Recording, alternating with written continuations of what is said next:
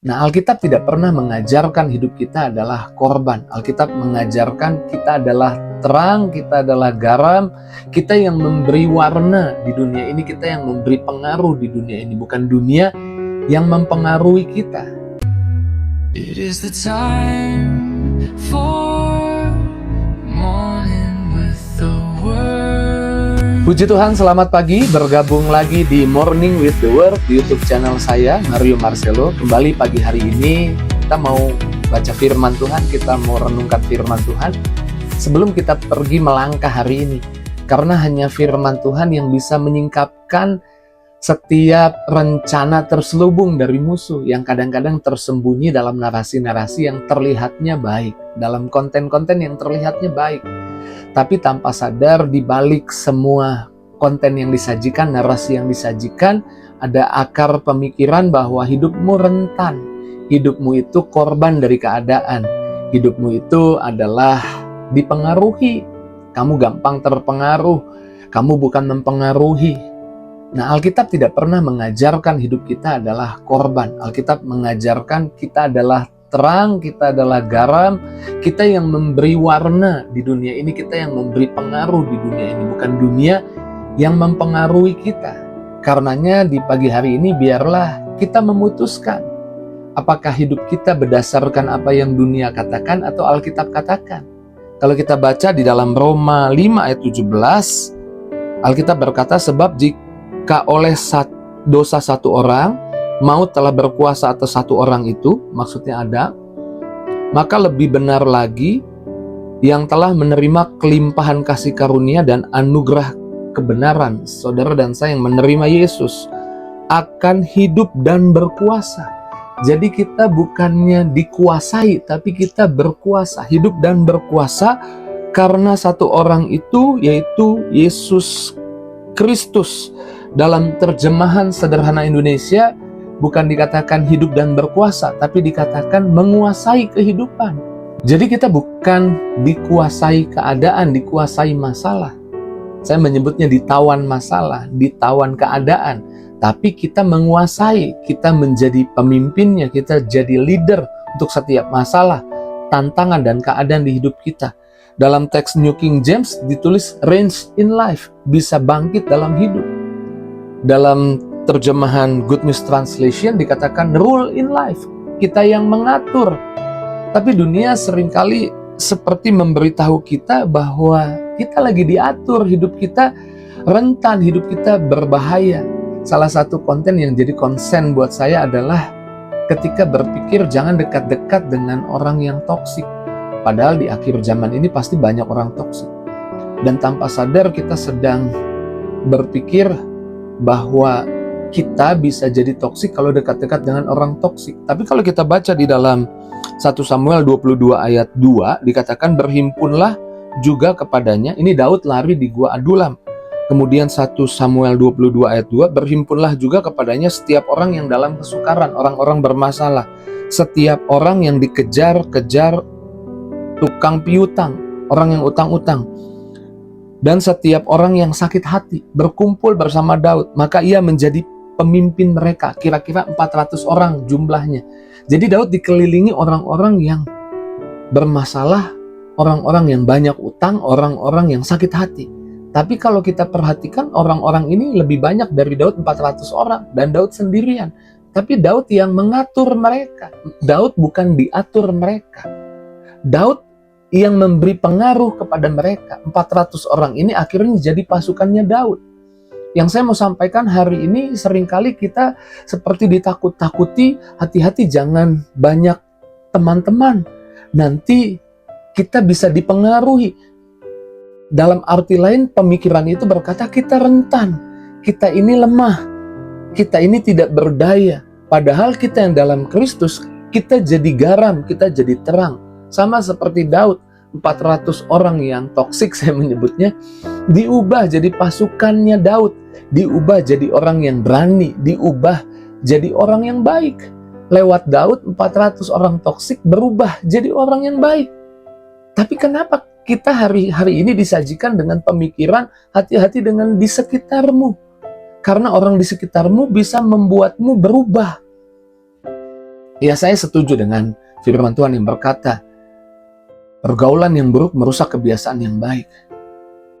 Tapi yang saya concern adalah pemikiran, di balik pemikiran bahwa hati-hati dengan lingkunganmu, lingkunganmu bisa membuatmu jadi berantakan. Kebalik, harusnya kita hadir di tengah-tengah kegelapan dunia jadi terang, dan gelap itu di mana ada terang, gelap itu tidak berkuasa.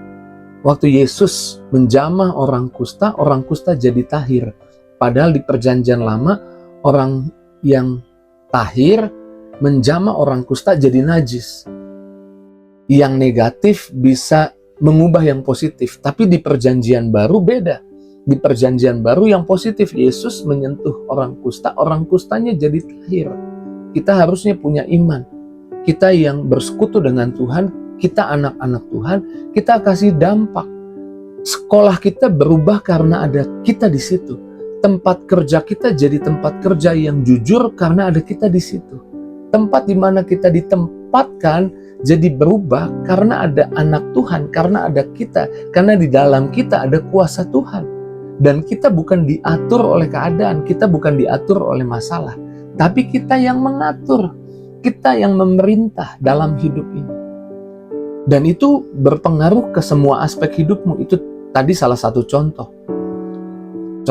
Yang lain ya berpengaruh ke caramu ambil keputusan untuk keuanganmu, untuk kesehatanmu. Ketika ada masalah kesehatan, miliki iman bahwa kamu tidak ditawan oleh masalah kesehatan, kamu tidak dipengaruhi oleh masalah kesehatan, tapi masalah kesehatan ditaklukkan, dikuasai, diatur oleh imanmu, sehingga masalah kesehatan harus berubah menjadi kabar baik tentang kesehatanmu. Kadang-kadang hari-hari ini narasi-narasi itu membuat kita jadi egois tanpa sadar. Kita nggak mau bergaul dengan banyak orang. Dan ketika kita nggak bergaul dengan banyak orang, kita jadi nggak bertumbuh. Karena nggak ada konflik di sana. Saya kemarin sampaikan waktu anak saya sekolah di pandemi nggak offline, artinya online, sekolahnya dari rumah, hanya via tablet, via internet, dia nggak ketemu sama temennya. Itu yang saya khawatirkan. Kenapa? Karena dia nggak terkoneksi. Padahal waktu Daud tadi berkumpul, ada kuasa, ada kekuatan yang bisa mengubahkan. Waktu anak saya nggak ketemu temennya, ya nggak ketemu masalah. Padahal waktu ketemu temennya, ada aja temen yang jahil, penghapusnya dipatahin, penghapusnya dibuang ke tong sampah. Tapi saya suka dengan keadaan itu. Kenapa? Karena saya bisa ajar anak saya untuk dia bertumbuh, untuk dia bisa mengasihi, untuk dia bisa mengampuni. Kalau kita nggak terkoneksi dengan banyak orang, kita nggak bisa bertumbuh. Dan dunia lagi ajar kita, udahlah kita sembunyi aja. Kita jangan gaul sama banyak orang, udah kita sendiri saja. Itu yang akhirnya buat kita nggak bertumbuh. Akhirnya kita nggak tahu bagaimana kita menghargai orang, bagaimana kita mengampuni orang. Alkitab berkata, hidup kita bukan korban dari sekeliling kita, tapi hidup kita jadi berkat buat sekeliling kita. Alkitab berkata, kita garam, kita yang kasih rasa buat sekeliling kita, yang mungkin tawar, yang mungkin sakit hati, yang mungkin kepahitan. Jadi kita jangan sembunyi dari orang di sekitar kita. Kita jadi berkat buat orang di sekitar kita. Narasi-narasi seperti hati-hati, jangan dekat-dekat, hati-hati. Ya saya mengerti pola pikir ya, tapi di balik pola pikir itu ada pola pikir yang lain yang bisa membahayakan dirimu, jadi nggak bertumbuh, jadi nggak jadi berkat buat banyak orang, jadi membatasi diri, akhirnya nggak ada pertumbuhan. Ya kalau kita nggak pernah ketemu orang, nggak ada konflik, bagaimana kita bisa belajar mengampuni? Bagaimana kita bisa belajar besar hati? Bagaimana kita bisa berjiwa yang besar? Kalau kita nggak pernah terkoneksi satu dengan yang lain. Pagi ini saya percaya firman Tuhan mau meyakinkan bahwa hidupmu lebih besar daripada masalahmu. Karena hidupmu ada dalam Yesus. Kamu yang atur keadaannya. Kamu dengan imanmu maksud saya. Kamu yang atur apa yang jadi keputusanmu untuk engkau beriman terhadap apa yang sedang kau alami. Hati-hati, banyak orang hari-hari ini menghindari pertemanan karena takut konflik. Kalau takut konflik nggak ada pertumbuhan. Kalau takut konflik nggak ada pertumbuhan, nggak ada terang dan garam yang bisa kita bagikan kepada dunia. Kita hidup aja sendiri di rumah, gitu. Nggak bergaul, karena kita takut bergaul banyak orang toksik, takut saja toksik. Nah, ini pemikiran yang salah ini. Pagi ini saya percaya firman Tuhan mengingatkan kita bahwa kita dipanggil yang pertama untuk kita berkuasa dalam hidup, untuk kita yang atur kehidupan ini di dalam Yesus. Kita bukan dikuasai kehidupan, kita yang menguasai kehidupan. Saya suka bilang, hidup ini bukan lagi ngerjain kita, tapi hidup ini lagi kerja buat kita. Masalah bukan lagi ngerjain kita, masalah lagi bekerja untuk pertumbuhan rohani kita, pertumbuhan karakter kita. Sakit penyakit bukan lagi ngerjain kita, sakit penyakit lagi bekerja untuk kita, supaya kita bisa berlatih beriman, dan di ujungnya kita lihat bahwa tidak selamanya kita sakit. Akan datang waktu kesembuhan itu nyata di hidup kita. Kegagalan bukan menawan perasaan kita, membuat kita kecewa dan akhirnya nggak berani melangkah lagi. Tapi kegagalan sedang bekerja untuk kita, sehingga kita tahu cara yang tidak benar untuk melakukan sesuatu. Jadi kita akan melakukan cara yang benar. Salah satu penemu berkata, saya menemukan 1000 cara lebih yang salah untuk menemukan lampu. Jadi dia nggak putus asa, dia punya pola pikir bahwa kegagalannya nggak menaklukkan dia, kegagalannya nggak menawan dia, tapi kegagalannya justru ditaklukkan oleh pola pikirnya. Pagi ini jangan biarkan keadaan, tantangan, masalah di hidupmu, lingkunganmu, apalagi narasi-narasi kau biarkan masuk begitu saja. Sortir, filter pakai firman Tuhan. Renungkan sejenak, doa, minta sama Roh Kudus. Hati-hati, jangan-jangan itu bukan sedang menguatkanmu, itu bukan sebuah ajaran yang membuatmu tambah kuat, itu sebuah ajaran yang membuatmu tambah lemah. Saya percaya pagi ini tidak lama-lama firman Tuhan mengingatkan kita bahwa kita dipanggil jadi terang dan garam. Keluar dari rumahmu, bergaul dengan orang-orang di sekitarmu, dan biar mereka lihat ada Yesus di hidupmu.